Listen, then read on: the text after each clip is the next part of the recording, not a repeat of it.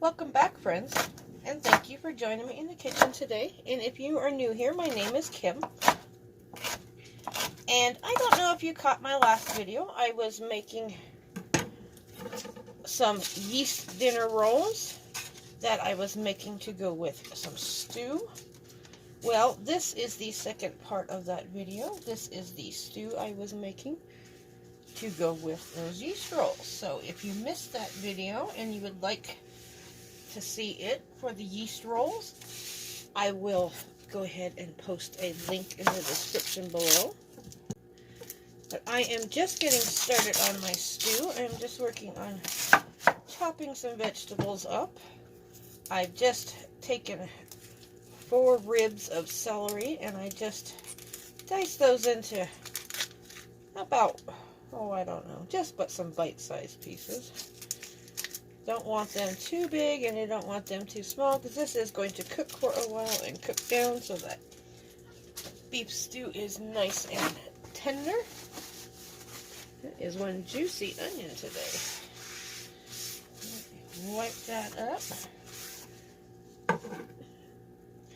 And I'm going to do the same with this onion. I'm going to chop it in fairly large pieces. This is just a medium-sized onion I have.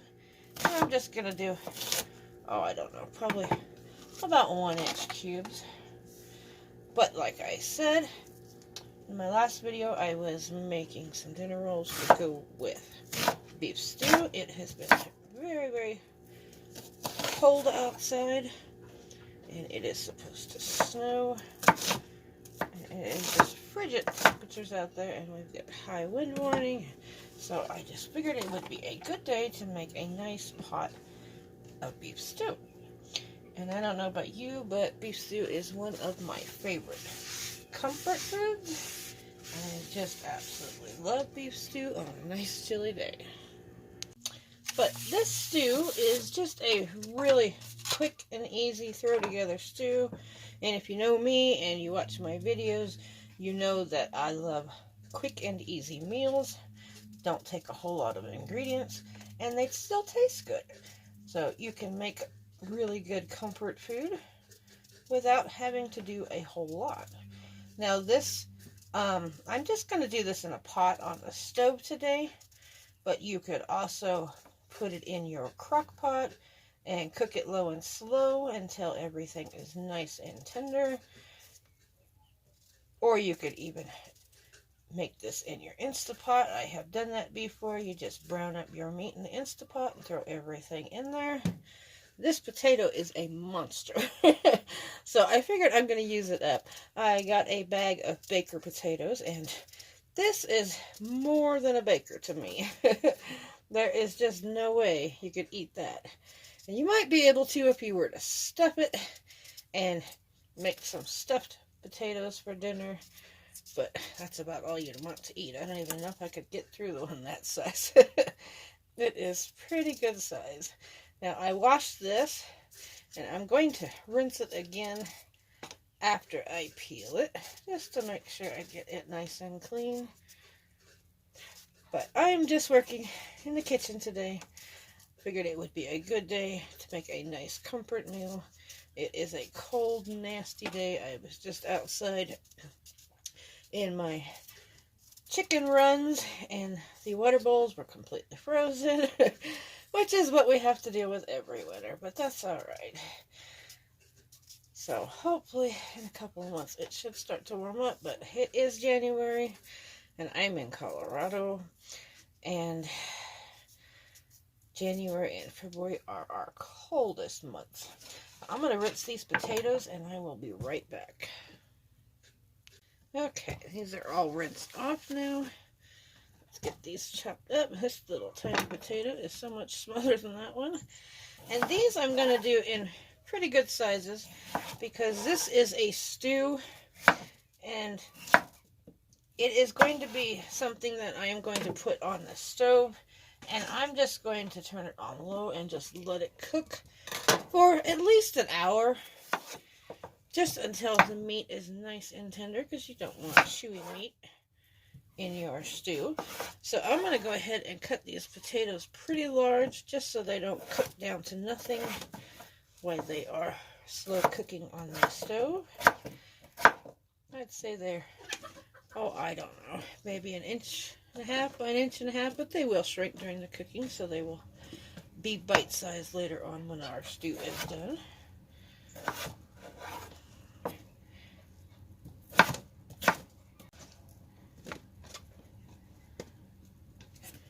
Okay, this last one done.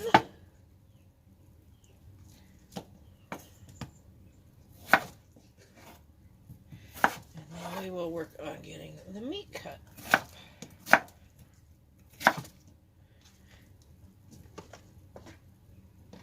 And this potato was so large, it's probably equivalent to 2 very large potatoes, or maybe like 4 mediums altogether, maybe 5 mediums altogether. Just depends on how much potato you want to add to your stew. This is one of those recipes where you can add anything you like. If you like mushrooms, throw them in there. You can add anything to this stew, make it your own. You could add peas in there. You can do anything you want. So let's go get the meat and let's get it cut up. And here is the meat I am using for today. It's just a 2-pound chuck roast. And it sounds like a lot, but I'm making a really large pot of stew. You could use a smaller amount if you have it. But here in my Ziploc, I just have a cup of flour. And I'm going to get this mixed up real quick. I'm just going to get some seasoning in here. This is just some garlic powder. Now, I want to put a lot in here to make sure there is a lot of seasoning. That's about 1.5 teaspoons. And I'm going to do the same with onion powder. And then we're going to get a lot of black pepper in there, a good teaspoon of it. And then you need about 1 teaspoon of salt. I'm just going to use some garlic salt today. I like this Lowry's. It's garlic salt with some parsley. Just need about 1 teaspoon of that. But if you do not have garlic salt, just use whatever salt you use. Okay, now that we have our flour all seasoned up, I'm just going to shake it real good. Get it all nice and mixed up. And this is what I'm going to coat the beef in before we put it in the pot. So get it nice and mixed up. That is good. Nice and seasoned. And I just kind of like to roll down my bag because I am just going to put my meat in here as I chop it up. Now this roast has got a little bit of fat on it and I got to get removed. That fat is just way too thick and we do not want that in our stew. That would be really chewy. So I'm just going to clean up some of the fat on here. There's a pretty good sized chunk of fat in there.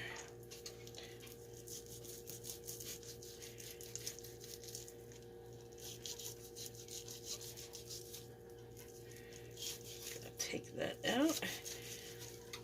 The smaller fat is not a problem. It will actually make your meat nice and juicy, but you do not want that really, really thick fat. That would not be good to bite into in your stew. So the rest of this is not too bad. And I'm going to do the same with the vegetables. I'm just going to cut everything into bite-sized pieces. And it kind of looks like it's sectioned here, so I'm just going to kind of go with these sections that are coming apart. And if we find any more fat, we will trim it along the way.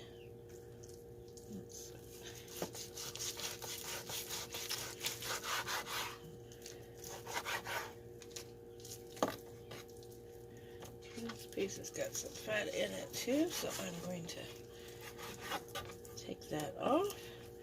And then I'm just going to slice this up.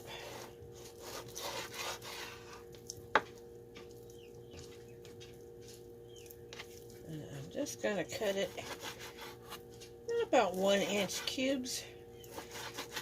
They don't have to be real small. You do want a nice piece of meat in your stew when you go to eat it. Like I said, I'm going to throw the meat into that bag. I love using just a Ziploc to coat meat because it just makes it so much easier. You could get a plate out if you wanted to, but it's just a little less messier if I can just throw it in a Ziploc and then toss the Ziploc in the trash when I am done. So I'm going to work on getting the rest of this cut up, and I will see you back here in a minute.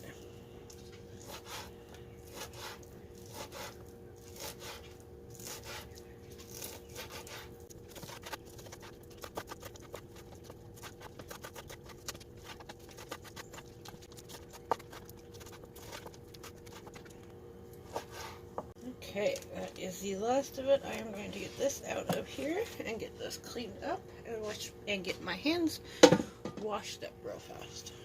Okay, I got my hands all clean, and I do not have any fresh carrots right now, and I really want to put some carrots in this stew.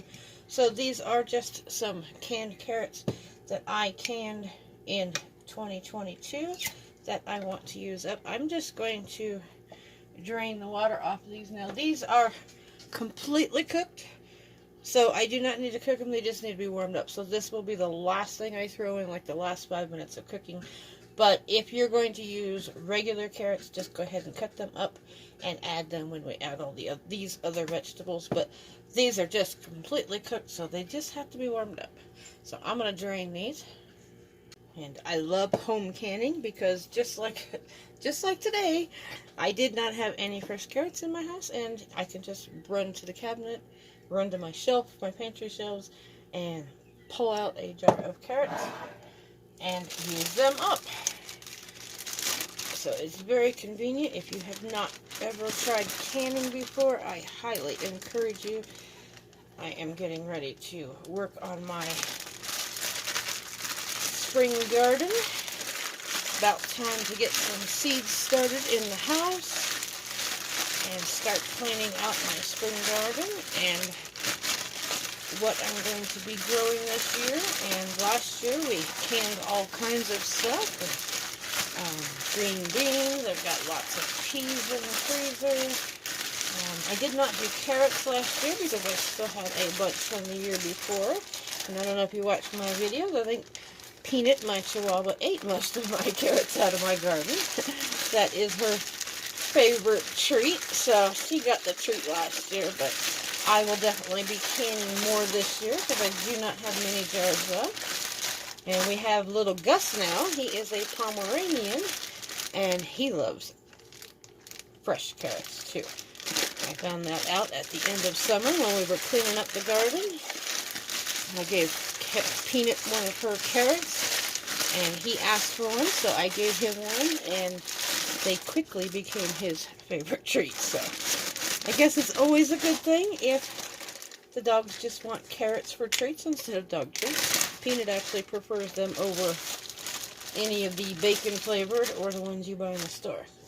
So I will be growing those again this year, and I'll be doing lots more canning videos. So if you're interested in that kind of thing, please follow along. I love to add new viewers every day. I love getting new subscribers. I love watching your comments. And I am very thankful for everybody that watches my videos. And I hope you enjoy them.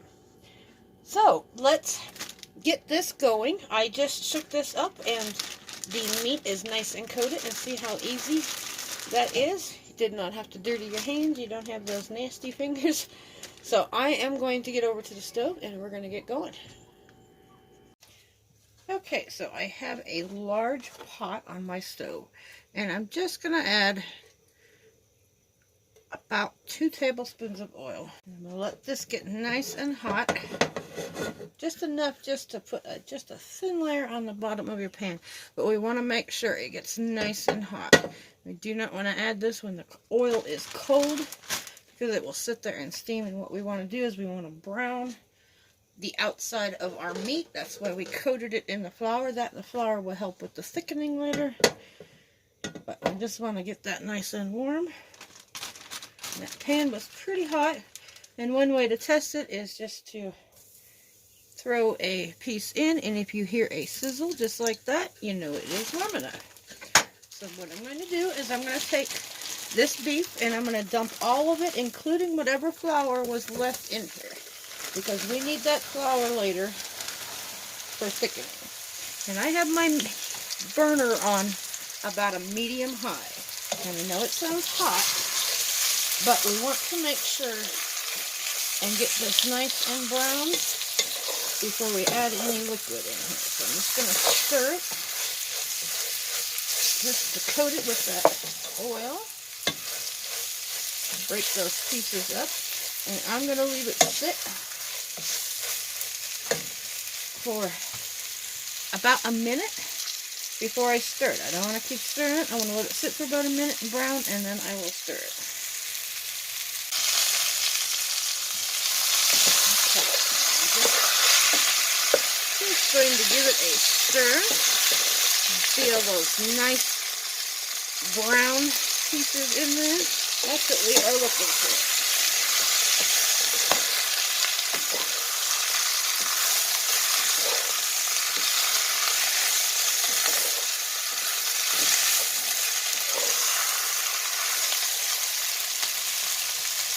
See how it is browning really nicely? That's what we're looking for. That's where all of your flavor comes from. Besides the sauce we just mixed up. But this nice brown flavor will give your meat such a great taste. So I'm going to let it go for one more minute, and then I'll stir it again. Okay, let's give it another stir. Now we're not trying to cook the meat completely. Just trying to get it brown and get that flour cooked out of there, because you don't want the raw flour flavor. Another thing I love about this is it is just a one-pot meal. You only have to dirty one dish. That is the greatest thing when you do not have a lot of dishes to wash at the end of the day. Okay, so that has browned really nicely. Now I'm going to add my celery and my onions that we chopped up. I'm just going to give them a quick stir.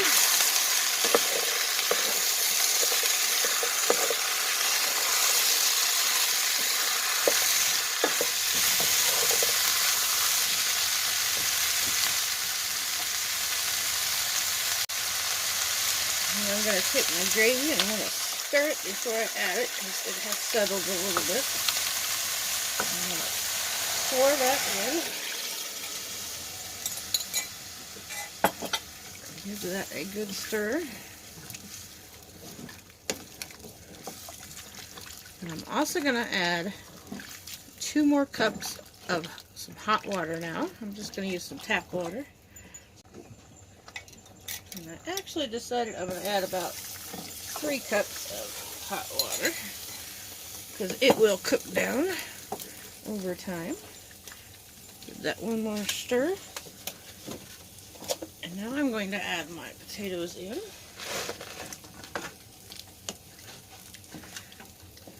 And that is it. It is just about done. We just need to let it sit here and simmer. Now I've got my burner on high. I'm going to bring it up to a boil, just so it gets nice and hot. And like I said, if you're adding the carrots, fresh carrots, go ahead and add them right now. I'm going to use the canned carrots, so I will just add those at the very end. So I'm going to let this come up to a boil, and then I'm going to turn it down and just let it simmer.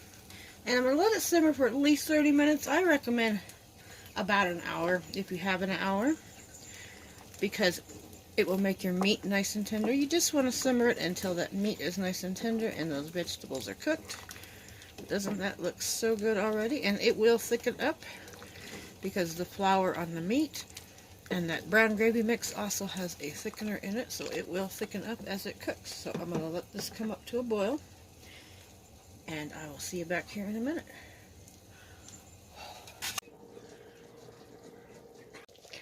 Okay, this has been cooking for about a half hour.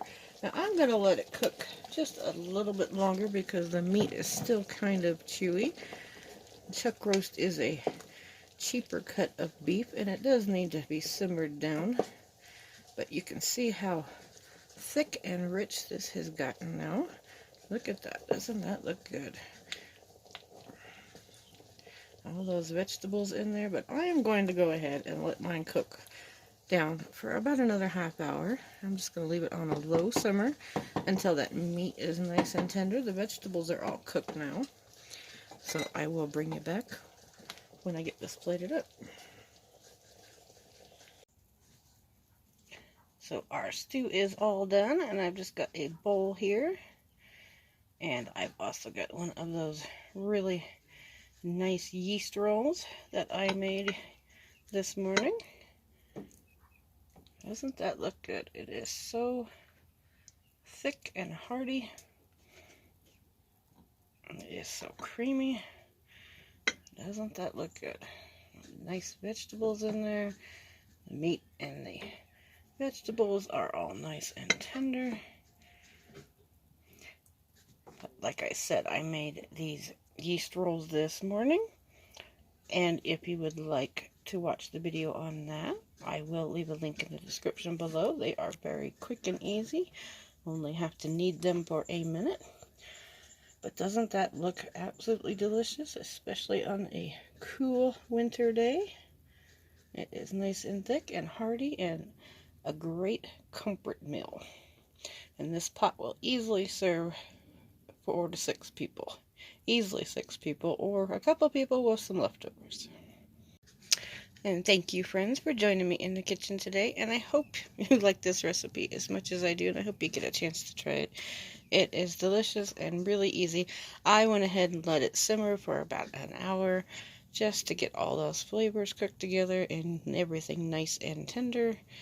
And we've got that nice yeast roll there. I'll put some butter on that. So this is one of my favorite comfort meals. What is your favorite comfort meal? You can always leave it in the comments below. I would love to see what you eat on a nice cool day. So I just want to thank everybody for following along with me, and I hope you enjoyed this recipe, and I hope you get a chance to try this delicious beef stew. So stay warm, everybody, and thanks for watching. Have a great day.